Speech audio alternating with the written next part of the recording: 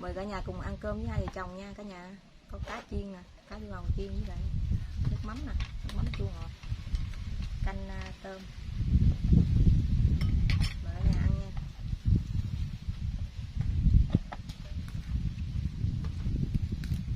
Giòn. Quay phim vậy?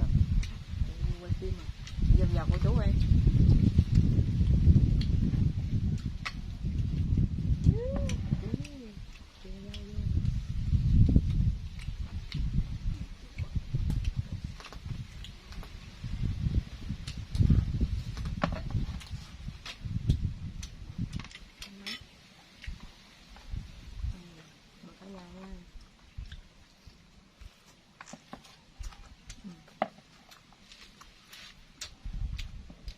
Cá giòn.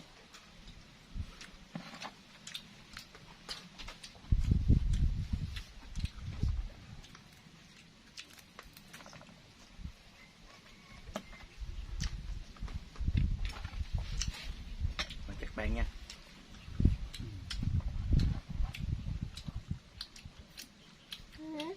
Quay ấy. Đi quay ấy. Đi quay phim luôn. Giỏi lắm, quay phim ăn cơm nha. Trộn miếng cá vô.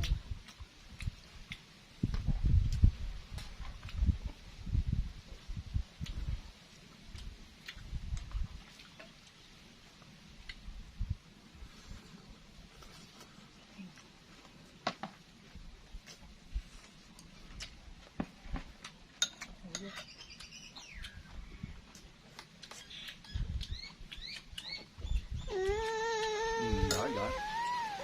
Giỏi giỏi giỏi. Ngon.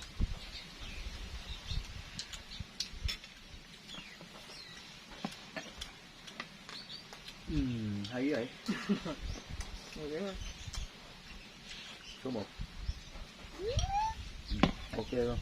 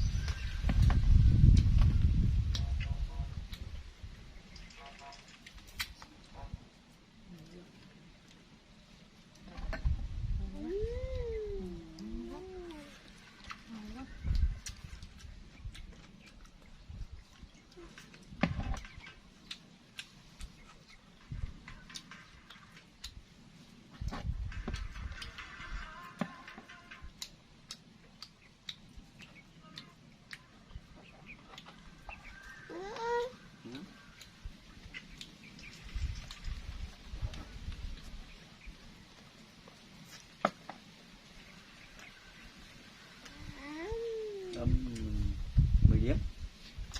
10 điếm đây. 10 điếm.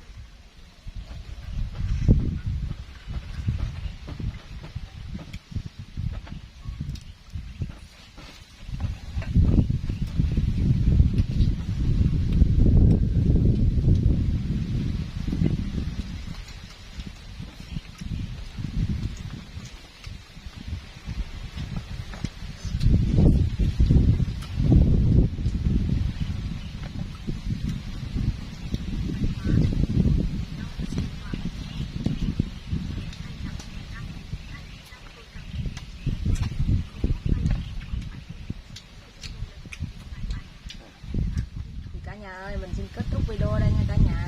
Cả nhà yêu quý mình thì nhớ đăng ký kênh và like ủng hộ cho mình nha. Bye bye. Vô bye bye con. Của chú ơi. Nhiều à. Bye nè, bye. Bye.